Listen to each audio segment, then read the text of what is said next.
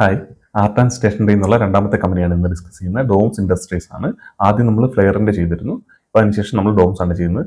ഡോംസും ഇതേപോലെ art and സ്റ്റേഷനറിയിൽ മെയിനായിട്ട് ഇവർ ചെയ്യുന്നത് വെച്ചാൽ പെന്ന്, പെൻസിൽസ് അങ്ങനത്തെ സാധനങ്ങൾ, അതായത് ആ സ്കൂളിസ്റ്റിക് ആയിട്ടുള്ള ആർട്ടും സ്കൂളിസ്റ്റിക് ആയിട്ടുള്ള സ്റ്റേഷനറി പ്രൊഡക്റ്റുകളും, അതുപോലെ തന്നെ ഇവർ കുട്ടികളുടെ ഹൈജീൻ പ്രൊഡക്ട്സ് ഉണ്ട്. അതായത് യൂണിക് ലൈൻ എന്ന് പറയുന്ന ബ്രാൻഡിൽ ഇവരുടെ വൗപ്പേഴ്സ് എന്ന് പറഞ്ഞിട്ട് ഇവർ ഡൈപ്പേഴ്സ്, കുട്ടികളുടെ ഡൈപ്പേഴ്സ് സെല് ചെയ്യുന്നുണ്ട്. അതേപോലെ തന്നെ പ്രീമിയം ആയിട്ട് ഈ സ്കൂളിസ്റ്റിക് പ്രൊഡക്റ്റുകൾ ഇവർ സെല് ചെയ്യുന്നുണ്ട്. ആർട്ടിലേക്കുള്ള പ്രൊഡക്റ്റുകൾ ഇവർ സെല് ചെയ്യുന്നുണ്ട്. അതായത് നമ്മുടെ കളർ പെൻസിൽസ്, അങ്ങനത്തെ പെയിന്റിങ്ങിന് വേണ്ടി യൂസ് ചെയ്യുന്ന പ്രൊഡക്റ്റുകൾ സെല് ചെയ്യുന്നുണ്ട്. അതല്ലാതെ ഇവർക്ക് പിന്നെ സ്റ്റേഷനറി പ്രൊഡക്റ്റ് ആയിട്ട് ഗ്ലൂസ് ഉണ്ട്. അതേപോലെ തന്നെ ഇവരുടെ നമുക്ക് ഇറേസേഴ്സ് അങ്ങനത്തെ പ്രൊഡക്റ്റുകൾ, സ്റ്റേഷനറി മെയിൻ ആയിട്ടുള്ള ഓഫീസും അതേപോലെ തന്നെ സ്കൂളിൽ കുട്ടികൾക്കുമായിട്ടുള്ള 2 പ്രൊഡക്റ്റുകൾ ഇവർ സെല് ചെയ്യുന്നുണ്ട്. പിന്നെ നോട്ട്ബുക്സ്, അതേപോലെ കുട്ടികളുടെ ടോയ്സും അങ്ങനത്തെ പ്രൊഡക്റ്റുകളെല്ലാം ഇവർക്കുണ്ട്. സോ ഇവരുടെ മെയിനായിട്ട് റവന്യൂ വരുന്നതെന്ന് പറയുന്നത് സ്കൂളിസ്റ്റിക് ആയിട്ടുള്ള പ്രൊഡക്റ്റുകളിൽ നിന്നാണ്. അതിനുശേഷം ഇപ്പോൾ വൗപ്പേഴ്സ് ആണ് പുതിയതായിട്ട്, അതായത് അവരുടെ പുതിയ യൂണിക് ലൈൻ ബ്രാൻഡിലുള്ള കുട്ടികളുടെ ഡൈപ്പേഴ്സിന്റെ എന്താ പറയുക റവന്യൂ കോൺട്രിബ്യൂഷൻ കൂടിക്കൊണ്ടിരിക്കുന്നുണ്ട് ഓരോ ക്വാർട്ടറിലും. കാരണം കഴിഞ്ഞ വർഷമാണ് അവർ ലോഞ്ച് ചെയ്തിരുന്നത്. അതിനുശേഷം ഓരോ ക്വാർട്ടറിലും അതിന്റെ പ്രോഫിറ്റിൽ റവന്യൂയിലേക്കുള്ള ഷെയർ ഇൻക്രീസ് ചെയ്ത് വരുന്നുണ്ട്. കമ്പനിക്ക് മൊത്തത്തിൽ ഏകദേശം 18ഓളം മാനുഫാക്ചറിംഗ് ഫെസിലിറ്റീസ് ആണുള്ളത്. 4 ലൊക്കേഷൻസിലായിട്ടാണ് 18ഓളം മാനുഫാക്ചറിംഗ് ഫെസിലിറ്റീസ് ഉള്ളത്. അതിൽ തന്നെ ഇവരുടെ മെയിനായിട്ട് വരുന്ന മാനുഫാക്ചറിംഗ് ഫെസിലിറ്റി എന്ന് പറയുന്നത് ഗുജറാത്തിലാണ്. ഇപ്പോൾ അവിടെ കമ്പനി ക്യാപെക്സ് പ്ലാൻ ചെയ്തുകൊണ്ടിരിക്കുന്നുണ്ട്. ക്യാപെക്സ് ഓൾറെഡി സ്പെൻഡ് ചെയ്തിട്ടുണ്ട്. 210 ടു 220 കോടിയാണ്, ഈ 225 കോടിയാണ് അവർ ഈ ഒരു ഫിനാൻഷ്യൽ ഇയറിൽ മൊത്തത്തിൽ ക്യാപെക്സ് സ്പെൻഡ് ചെയ്യാനായിട്ട് ഉദ്ദേശിക്കുന്നത്. അതിൽ 160 കോടി രൂപയോളം അവർ ഓൾറെഡി പേജ് 1 സ്പെൻഡ് ചെയ്ത് കഴിഞ്ഞു. അതെന്ന് പറഞ്ഞാൽ ഇപ്പോൾ അവരുടെ ഗുജറാത്തിലുള്ള പ്ലാന്റിന്റെ അടുത്ത് തന്നെ ഇവർക്ക് ഒരു 44-45 ഏക്കർ സ്ഥലം അവർ അക്വയർ ചെയ്തിട്ടുണ്ട്. അവിടെ ഓൾറെഡി ബിൽഡിങ്ങിന്റെ കൺസ്ട്രക്ഷൻ ഒക്കെ നടന്നുകൊണ്ടിരിക്കുകയാണ്. ഈ Q4 കൂടിയിട്ട് ഈ ബിൽഡിങ്ങിന്റെ കൺസ്ട്രക്ഷൻ കഴിഞ്ഞ് ഇവർക്ക് ആ ബിൽഡിംഗ് ഇവരിലേക്ക് ഹാൻഡ് ഓവർ ചെയ്യാമെന്നാണ് പറയുന്നത്. അപ്പോൾ Q1 തൊട്ടിട്ട് അതിൽ പയ്യെ പ്രൊഡക്ഷൻസ് ഒക്കെ ഇവർ സ്റ്റാർട്ട് ചെയ്ത് തുടങ്ങും. ആദ്യം അവിടെ പെൻസിലിന്റെ പ്രൊഡക്ഷൻ ആണ് സ്റ്റാർട്ട് ചെയ്യാനായിട്ട് പോകുന്നത്. അതിനുശേഷം ഈ സ്റ്റേഷനറി പ്രൊഡക്റ്റുകളിലേക്ക് അവിടുത്തെ പ്രൊഡക്ഷൻ സ്റ്റാർട്ട് ചെയ്യും. അത് കുറച്ച് വലിയ ബിൽഡിംഗ് ആണ്. സോ അപ്പോൾ ആദ്യം പെൻസിലായിരിക്കും അവിടെ നിന്ന് അവർ പ്രൊഡ്യൂസ് ചെയ്യാനായിട്ട് പോകുന്നത്. ഇവരുടെ ഈ പ്രൊഡക്റ്റുകളുടെ കാര്യം പറഞ്ഞു, അതിനകത്ത് ഇവർ നല്ല രീതിയിൽ ബാക്ക്വേർഡ് ഇന്റഗ്രേഷൻ ചെയ്യുന്ന ഒരു കമ്പനിയാണ്. കമ്പനി ഇപ്പോൾ പെൻസിൽ പ്രൊഡ്യൂസ് ചെയ്യുകയാണെന്നുണ്ടെങ്കിൽ തന്നെ പെൻസിലിന്റെ ലിഡ് ഉണ്ട്. അതേപോലെ തന്നെ ഇവർ ബാക്കിൽ വരുന്ന ഇറേസറായിട്ട് വരുന്ന റബ്ബർ ഉണ്ട്. അതിനെ റാപ്പ് ചെയ്യുന്ന ഒരു ചെറിയൊരു മെറ്റലിന്റെ ഒരു പാർട്ട് ഉണ്ട്. അതേപോലെ ആ മൊത്തത്തിലുള്ള പെൻസിലിന്റെ തടി ഉണ്ടല്ലോ, വുഡ് ഉണ്ട്. അതിന്റെ മുകളിൽ വരുന്ന ഈ കളേഴ്സ് കൊടുക്കുന്ന അല്ലെങ്കിൽ ഇവരുടെ നെയിം എഴുതുന്ന ആ ഒരു ചെറിയ കോട്ടിങ്, ഈ സാധനങ്ങളെല്ലാം ഇവർ ഇൻ ഹൗസ് തന്നെ പ്രൊഡ്യൂസ് ചെയ്യണം. അതുകൊണ്ട് ബാക്ക്വേർഡ് ഇന്റഗ്രേഷൻ ഇവർ ഓൾറെഡി ഈ പറഞ്ഞ പെൻസിലുണ്ട്. അതേപോലെ സ്കെച്ച് പെൻസിന്റെ കാര്യത്തിലാണെങ്കിൽ അതിന്റെ ടിപ്പ്, അതേപോലെ ആ ബോഡി, അതിനുള്ളിൽ വരുന്ന ഇങ്ക്, ആ ഇങ്ക് ഫില്ല് ചെയ്യുന്ന റിസർവോയർ, അതിന്റെ ബാക്കിൽ വരുന്നത്, അതിന്റെ ക്യാപ്പ്, അങ്ങനത്തെ എല്ലാ കാര്യങ്ങളും ഇവർ പ്രൊഡ്യൂസ് ചെയ്യുകയാണ്. പിന്നെ ജോമെട്രി ബോക്സ് ഉണ്ട് ഇവർക്ക് പ്രൊഡക്റ്റ് ആയിട്ട്. സോ ജോമെട്രി ബോക്സ് ആണെങ്കിൽ ഇവർ മൊത്തത്തിൽ ബാക്ക്വേർഡ് ഇന്റഗ്രേഷൻ ചെയ്താണ്. അതായത് മൊത്തത്തിൽ അതിന്റെ ആ മെറ്റൽ പാർട്ട്, മെറ്റൽ അതിന്റെ സ്ട്രക്ചർ, അതേപോലെ അതിനകത്ത് വരുന്ന സാധനങ്ങൾ, ഈ മാത്തമാറ്റിക്കൽ ടൂൾസ്, അങ്ങനത്തെ സാധനങ്ങളല്ല, ഇറേസേഴ്സ്, എല്ലാ കാര്യങ്ങളും ഇവർ ഇൻഹൗസ് ആയിട്ട് മാനുഫാക്ചർ ചെയ്യണം. അതുകൊണ്ട് തന്നെ കമ്പനിയുടെ മാർജിൻസ് ഒരു നല്ല രീതിയിൽ മാർജിൻസ് കമ്പനിക്ക് നേരത്തെ തൊട്ട് കിട്ടുന്നുണ്ടായിരുന്നു. അതേപോലെ കമ്പനി ആഡിന് വേണ്ടിയിട്ട് നല്ല രീതിയിൽ സ്പെൻഡ് ചെയ്യുന്നുണ്ട്. അഡ്വർടൈസ്മെന്റിന് വേണ്ടിയിട്ട് കമ്പനി കോൻ ബനേഗ കോർപ്പതി ആയിട്ടൊരു ടൈപ്പിൽ എത്തിയിട്ടുണ്ടായിരുന്നു. അതിൽ കുട്ടികൾ പാർട്ടിസിപ്പേറ്റ് ചെയ്യുന്ന എപ്പിസോഡ്സ് ഒക്കെ ഇവരാണ് സ്പോൺസർ ചെയ്തിരുന്നത്. അതുപോലെ തന്നെ ഇവരുടെ പ്രൊഡക്റ്റുകൾ ഗിഫ്റ്റ് ആയിട്ട് കൊടുക്കുകയും ചെയ്തിട്ടുണ്ട്. അത് നല്ല രീതിയിൽ അതൊരു ആളുകളിലേക്കും കുട്ടികളിലേക്കും അതേപോലെ പേരൻസിലേക്കും ബ്രാൻഡിനെ കൂടുതലായിട്ട് എത്തിക്കാനായിട്ട് ഹെൽപ്പ് ചെയ്തൊരു കാര്യമാണത്. അത് കഴിഞ്ഞ പ്രാവശ്യം അവർ ചെയ്തത് കണ്ടിന്യൂസ് ആയിട്ട് ചെയ്തു പോകുന്നതല്ല, ആ ഒരു സമയത്ത് ആ ഒരു കുറച്ച് എപ്പിസോഡുകളിൽ മാത്രം ചെയ്തതാണ്.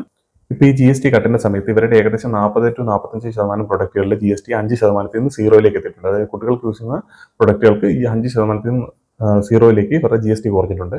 അതേപോലെ ഈ ഡൈപ്പേഴ്സിന്റെ ആണെങ്കിൽ വോപ്പേഴ്സിന്റെ GST എന്ന് പറഞ്ഞാൽ 12% നിന്ന് 5% കുറഞ്ഞിട്ടുണ്ട്. അപ്പോൾ മൊത്തത്തിൽ ഈ 40 to 45% ഡയറക്റ്റ് 0 ആയതും വൗപ്പേഴ്സിന്റെ ഇപ്പോൾ ഷെയർ 6% മുകളിലുണ്ട് റവന്യൂ കോൺട്രിബ്യൂഷൻ. സോ അവരുടെ GST കുറഞ്ഞോട് വെച്ച് നോക്കുമ്പോൾ ഏകദേശം ഒരു 50%, 45 to 50% പ്രൊഡക്റ്റുകൾക്ക് 0 GST ആയ ഒരു എഫക്റ്റാണ് കമ്പനിക്ക് മൊത്തത്തിൽ വന്നിരിക്കുന്നത്. സോ ഈ 0 GST ആകുന്ന സമയത്ത് കമ്പനിക്ക് ഉണ്ടാകുന്ന ഒരു മാർജിൻസിൽ അഫക്ട് ചെയ്യാൻ സാധ്യതയുണ്ട്. GST കട്ട് ചെയ്യുന്ന സമയത്ത് ITC എന്ന് പറയും, ഇൻപുട്ട് ടാക്സ് ക്രെഡിറ്റ് എന്ന് പറയും. അതായത് കമ്പനി ഇപ്പം 0 ആയെന്ന് പറഞ്ഞല്ലോ, അത് കസ്റ്റമേഴ്സിന് നമ്മളൊരു പ്രൊഡക്റ്റ് സെല് ചെയ്യുമ്പോൾ അതിന് ഏകദേശം 50% പ്രൊഡക്റ്റുകൾക്കും 0 ആയിട്ട് GST മാറുന്നുണ്ട്. അപ്പോൾ ആ സൈഡിൽ നിന്ന് വരുന്ന കളക്ഷന്റെ കാര്യമാണ് 0 ആയത്. കമ്പനി ഈ ഒരു സാധനം മാനുഫാക്ചർ ചെയ്യുമ്പോൾ ഇവർ റോ മെറ്റീരിയൽ മേടിക്കുക, അങ്ങനെ ആ രീതിയിൽ ഇവർ മാനുഫാക്ചർ ചെയ്യാനായിട്ട് ഇവർക്ക് ഓൾറെഡി GST സ്പെൻഡ് ചെയ്യാനായിട്ട് വരുന്നുണ്ട്.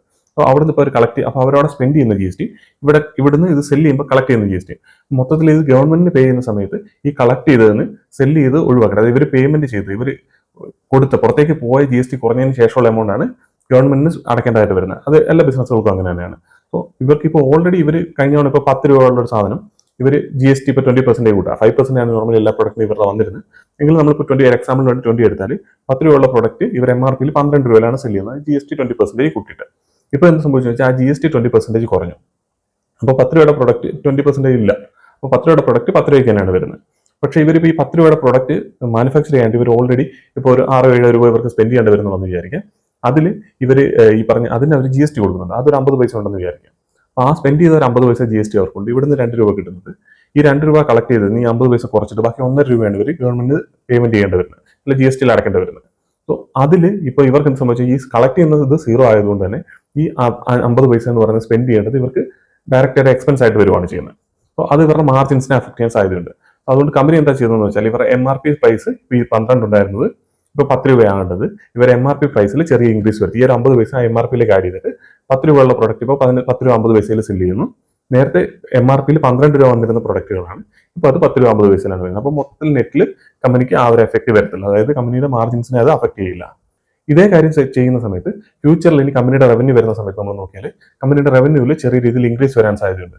കാരണം എന്ന് വെച്ചാൽ പണ്ട് കമ്പനി ഇത് സെല് ചെയ്യുന്ന സമയത്ത് 12 രൂപ MRP ആണെങ്കിലും കമ്പനിയുടെ സെയിൽസിലേക്ക് ഇപ്പോൾ 10 രൂപയാണല്ലോ വരുന്നത്. ആ 10 രൂപ വെച്ചിട്ടായിരുന്നു ഇവർക്ക് ടോട്ടൽ റവന്യൂസ് വന്നിരുന്നത്. ഇപ്പം 10 രൂപ 50 പൈസയായിട്ട് റവന്യൂ മാറും. അപ്പോൾ അതുകൊണ്ട് തന്നെ ഇവരുടെ സെയിൽസിൽ ഒരു 3 to 4% റവന്യൂ ടോപ്പ് ലൈനിലെ ഗ്രോത്ത് ഇതുകൊണ്ട് വരാൻ സാധ്യതയുണ്ട്. അത് മൊത്തത്തിൽ വലിയ ഇമ്പാക്ട് ഉണ്ടാക്കുന്നില്ല. കാരണം എന്താണെന്ന് വെച്ചാൽ അത് ബോട്ടം ലൈനിലേക്ക് വരുമ്പോഴത്തേന് ആക്ച്വലി ഈ എക്സ്പെൻസിനെ മീറ്റ് ചെയ്യാൻ വേണ്ടിയിട്ട് മാത്രമാണ് ഇത് കൂട്ടിയിരിക്കുന്നത്. അതുകൊണ്ട് തന്നെ ബാക്കിയുള്ള സ്ഥലങ്ങളിലേക്ക് അത് ഇമ്പാക്ട് ചെയ്യില്ല. ജസ്റ്റ് റവന്യൂവിൽ മാത്രം ഒരു 3-4% ഇൻക്രീസ് കാണിക്കും. അടുത്ത ക്വാർട്ടറിലേക്ക് അത് ശ്രദ്ധിക്കേണ്ട കാര്യമാണ്. സോ അത് നമ്മൾ കൂടുതൽ റവന്യൂ ഒന്നും അതിൻ്റെതായിട്ടുള്ള രീതിയിൽ മാർജിൻസ് വരുന്നില്ല എന്നുള്ളത് നമുക്ക് കൺഫ്യൂഷൻ വരാൻ സാധ്യതയുണ്ട്. സോ അതിന്റെ റീസൺ ഇതാണ്. അതേപോലെ തന്നെ ഇപ്പോൾ ഇവർ കുറെ മജോറിറ്റി പ്രൊഡക്റ്റുകളുടെയും GST സീറോ എന്ന് ഞാൻ പറഞ്ഞല്ലോ, ഇവർ ഈ കിറ്റുകളായിട്ട് കോമ്പോസ് ആയിട്ട് ഇവർ പ്രൊഡക്റ്റുകൾ സെല് ചെയ്യാറുണ്ട്.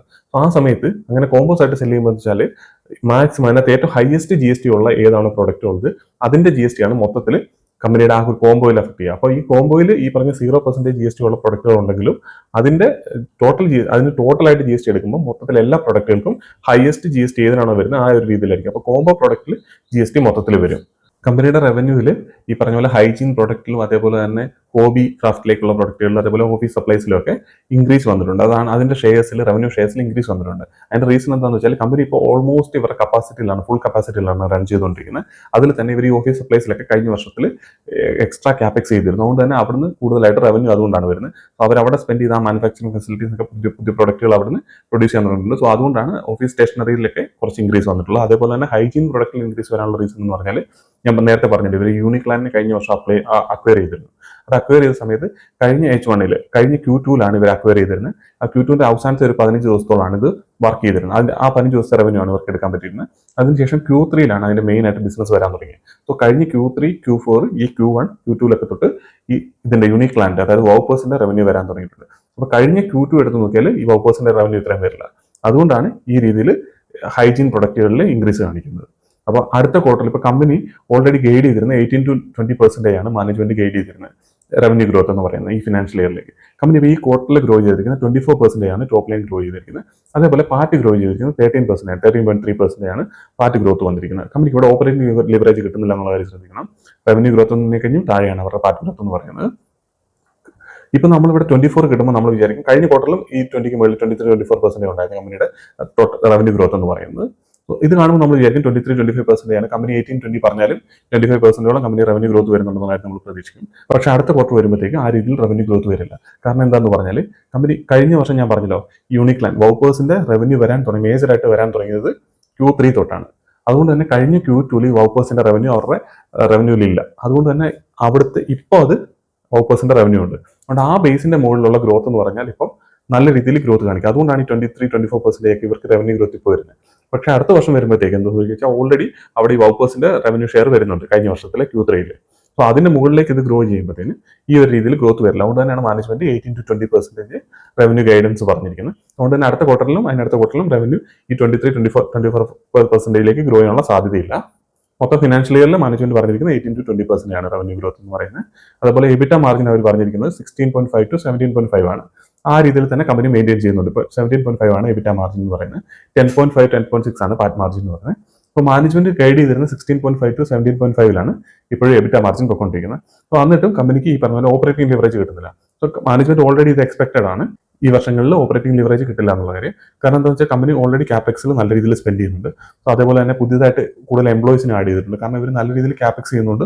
പുതിയ മാനുഫാക്ചറിംഗ് ഫെസിലിറ്റീസ് വരുന്നതുകൊണ്ട് തന്നെ ഇവർക്ക് എംപ്ലോയീസിനെയൊക്കെ സെയിൽസിൽ വർക്ക് ചെയ്യുന്നവരാണെങ്കിലും മാനുഫാക്ചറിംഗിലുള്ളവരാണെങ്കിലും ഇവർക്ക് ട്രെയിൻ ചെയ്യേണ്ട അങ്ങനത്തെ കാര്യങ്ങളൊക്കെ ഉണ്ട്. സോ അതുകൊണ്ട് തന്നെ ഇവർക്ക് ഓൾറെഡി എംപ്ലോയീസിനെ നേരത്തെ തന്നെ എന്താ പറയുന്നത് ഇൻടേക്ക് ചെയ്യേണ്ടതായിട്ടുണ്ട്. സോ അതിന്റെ എക്സ്പെൻസ് ഇപ്പോൾ ഓൾറെഡി വരുന്നതുകൊണ്ട് തന്നെ ഈ ഇത്ര എക്സ്പെൻസ് ഈ രീതിയിൽ ക്യാപെക്സും കാര്യങ്ങളും ചെയ്യുന്നതുകൊണ്ട് തന്നെ ഓപ്പറേറ്റിംഗ് ലിവറേജ് അവർ എക്സ്പെക്ട് ചെയ്യുന്നില്ലായിരുന്നു. പക്ഷേ ഏകദേശം 13% ആണ് അവരുടെ പ്രോഫിറ്റ് ഗ്രോത്ത് എന്ന് പറഞ്ഞാൽ കഴിഞ്ഞ ഒരു 3 ക്വാർട്ടറായിട്ട് തന്നെ ഇവർക്ക് ഓപ്പറേറ്റിംഗ് ലിവറേജ് കിട്ടുന്നില്ല. അതിന് മുമ്പ് വരെ നല്ല രീതിയിൽ ഓപ്പറേറ്റിംഗ് ലിവറേജ് കിട്ടിക്കൊണ്ടിരുന്ന ഒരു കമ്പനിയാണ്.